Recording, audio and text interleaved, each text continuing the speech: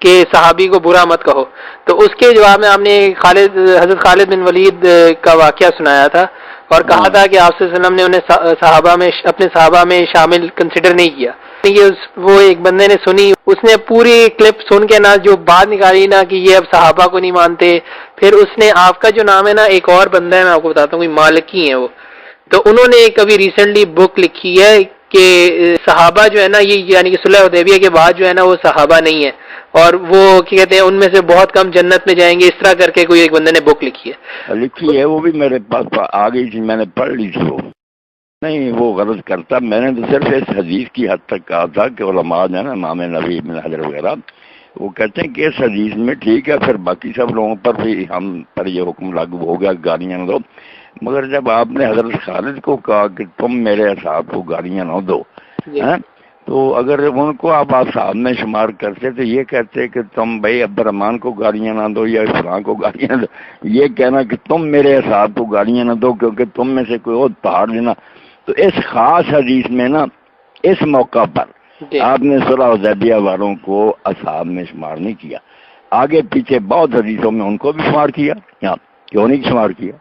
کوئی موقع آتا نا قرآن پاک میں، یا ایھا الذین آمنوا یا المؤمنون، تو علماء کہہ دیتے ہیں کہ یار یہ خاص لوگوں کے لیے جو چوٹی کے لیے، باقی عام موقعوں پر سب مومن ہوتے ہیں اس میں شامل.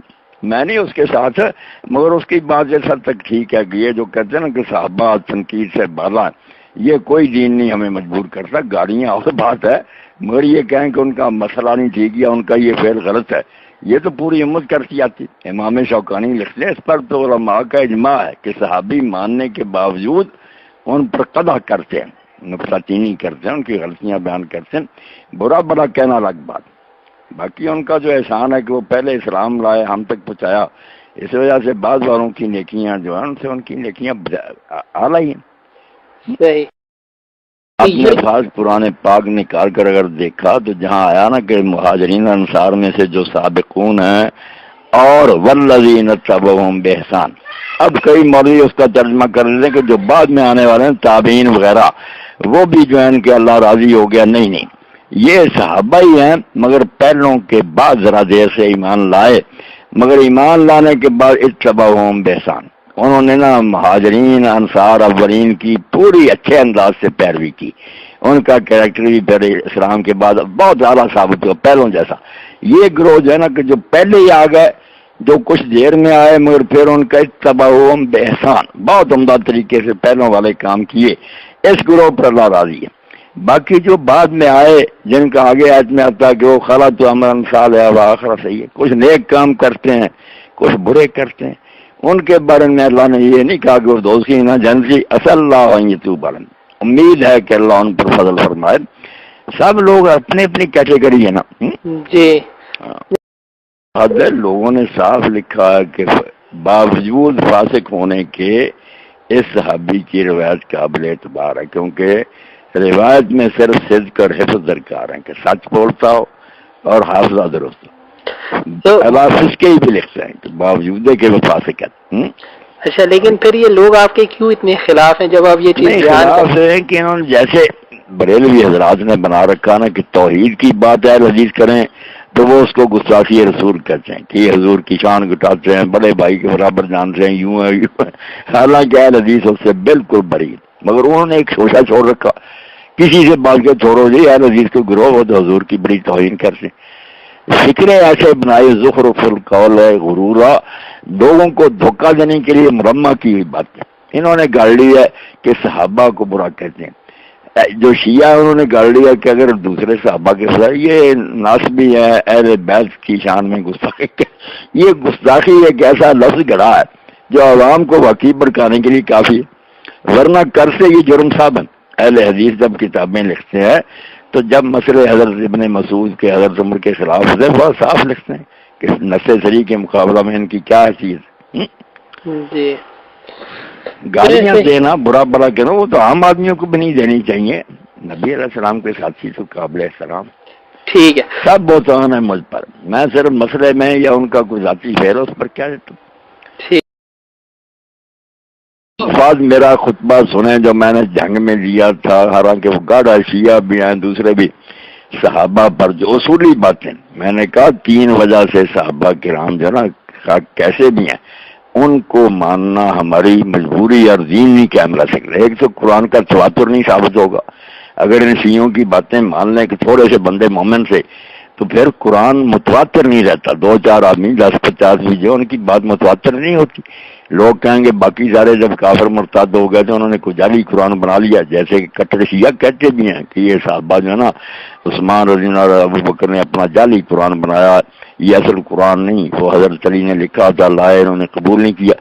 یعنی قرآن سے اس بار اٹھ جاتا، جب صحابہ پر اس طرح بری تنقید کرتا نا آدمی، پھر یہاں تک پہنچ جاتا کہ ان کا مرتب کیا وہ قرآن بھی قابل اعتبار نہیں رہتا۔ دوسری طرف رسول اللہ صلی اللہ علیہ وسلم کی جو حدیثیں ہم تک پہنچی ہیں وہ بھی نبی علیہ السلام صرف گھر میں بیٹھ کر تو دین پر عمل نہیں کرتے تھے، بے شمار لوگ ہوتے تھے، کبھی اہل بیت میں سے کوئی ساتھ ہوتا تھا، کبھی نہیں، دوسرے لوگ دیکھتے تھے جی ان کو قابل اعتبار نہ مانے، کس طرح پوری سنت ہم تک پہنچی؟ جی اور جو اللہ تعالیٰ نے قرآن پاک میں سورہ انفال میں فرمایا کہ تیرے لیے اللہ کافی ہے اور وہ مومن کافی ہیں جو تیرے پیرو، یعنی حضور کو اللہ نے کہا 2 ذریعے سے تیری مدد ہوئی، ایک میں مددگار ہوں وتوا کمن المومن، دوسرے وہ مومن ہیں جو جنہوں نے تیری پیروی کی۔ اللہ تعالیٰ کہہ رہا تعریف میں ان کے کہ اگر ایسے فضائی اور دیوانے نہ ملتے تو دین کس طرح کا؟ اشیاء لوگ حضرت علی کی ہر موقع پر انہوں نے بس کلا توڑا فلاں، اللہ کہتا ہے حسبک اللہ من اتبعک من المومن، اللہ کافی ہے اور وہ مومن کافی ہیں جو بے شمار مومن آپ کو مل گئے، وطن چھوڑے جانے قربان کی۔ جی اور یہ بھی بات قرآن پاک میں آپ دیکھتے ہیں کہ حضور کے معجزات جو ہیں نا اور آپ کی نبوت کے دلائل، ان میں اس بات کو بھی بیان کیا جاتا ہے کہ ان لوگوں کی پہلی حالت دیکھو کیسے یہ ڈاکو بدماش زانی شرابی تھے، اور اب حضور کی صحبت سے یہ کیسے نیک بن گئے، فرشتے بن گئے۔ قرآن ان کو معجزہ نبوت کہتا ہے کہ حضور کی تربیت سے دیکھو کیسے لوگ تبدیل ہو گئے۔ اگر ہم مانے نہیں وہ سارے برے ہی تھے تو کیا پھر نبی کا کمار رہ جائے گا جو قرآن دہرا رہا۔ جی مہذب کر دیا یہ تو بشر ماننا چاہیے، یہ اہل حدیث تو انبیاء کو معاف نہیں کرتے، اب صحابہ کے بارے میں چیختے ہیں۔ اسی لیے سال مقبلی یمن کے عالم جو مکہ آ گئے تھے انہوں نے اپنی کتابوں میں لکھا کہ یہ نبی اور ابن حجر جو ہے انہوں نے صحابیت کو نبوت سے بھی اونچا سمجھ رکھا کہ نبیوں پر تنقیدیں کرتے ہیں، آدم سے یہ ہوا، نوح سے یہ ہوا، جب توحید بیان کرنے پر آتے ہیں رگڑے لگاتے ہیں کہ فلاں نبی کو اللہ نے ڈانٹا، مگر صحابہ کے لیے انہوں نے حصار بنایا ہوا ہے۔ یہ ابن حجر ہے کسی نے شراب پی ہے، کسی نے جناب ہو شراب شریف تو نہیں ہو جائے گی۔ اچھا نہیں، ابن حجر بھی صحابہ کی بہت وہ کرتے تھے، بڑے روایت پرست تھے، وہ تو اتنے روایت پرست ہیں کہ دیکھیں نا جو دین کو بالکل تباہ کرنے والی روایت ہے کہ نبی علیہ السلام سورہ نجم پڑھ رہے تھے، جب بتوں کا ذکر آیا فرأیتم اللہ تو شیطان نے آپ کی زبان پر قبضہ کر کے بتوں کی تعریف میں وہی بات کہہ دی جو کفار مکہ بتوں کی شان میں کہتے تھے، تلک الغراء کھلا، کہ یہ بڑے بلند پایا بزرگ ہیں، اللہ کی بارگاہ میں ان کی سفارش قبول ہوتی ہے۔ تو جب سورج ختم ہوئی آپ نے سجدہ کیا تو کفار نے بھی کر دیا۔ حضور نے پوچھا مسلمانوں نے تم نے کیوں کیا؟ انہوں نے کہا ہمارا جھگڑا ہی ختم ہو گیا تیرے ساتھ، تو نے مان لیا۔ تو آپ پھر غمگین ہو کر بیٹھ گئے کہ شیطان نے میری زبان سے قرآن میں یہ باتیں کہلوا دی۔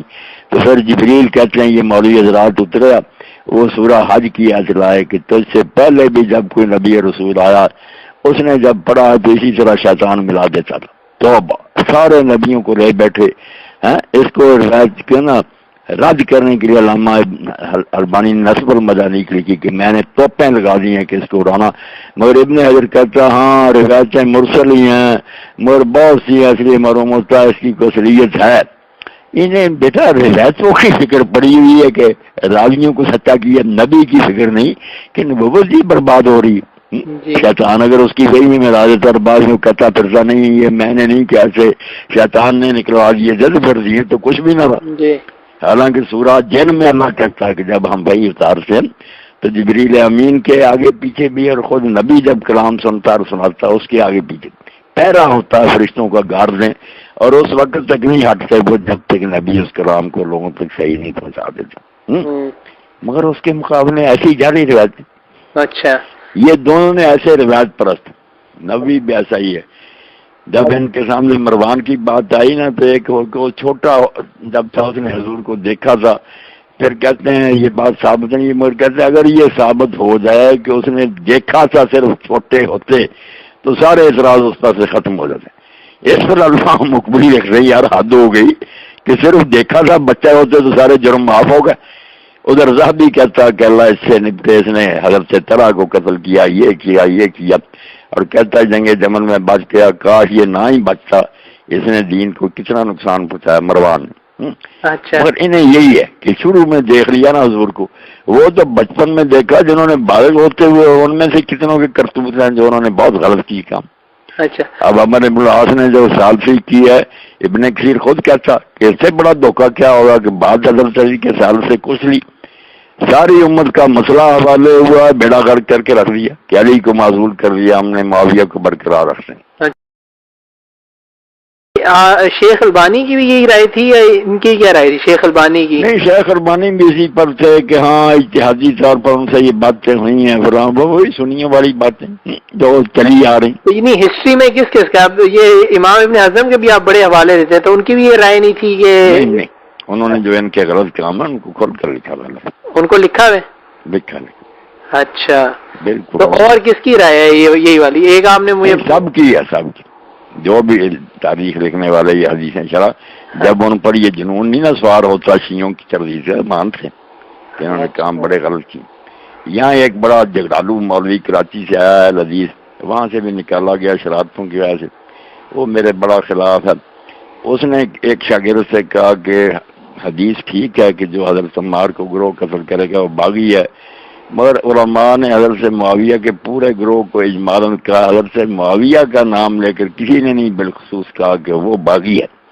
جب اس نے بات کہی تو میں نے بیٹا اسی وقت طلب لایا، ابن کثیر کی نکال کر دکھا دی کہ انہوں نے عنوان باندھا کہ یہ حدیث جو ہے حضور کا معجزہ ہے، سچا ثابت ہوا، اور اس سے ظاہر ہو گیا کہ علی حق پر ہے، وہ معاویہ تو باغن، اور معاویہ جو ہے وہ باغی ہے۔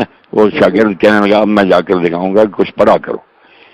اچھا یہ سمجھتے باغی کہہ دیا تو ہم نے انہیں کافر کہہ دیا، توبہ توبہ، جیسے اور گناہ کبیرے ہیں، شراب پی جنا، اسی طرح کہ حکومت اسلامی کے خلاف بغاوت کر دی، کافر تو نہیں ہو جاتا، ایک جرم ہی ہے۔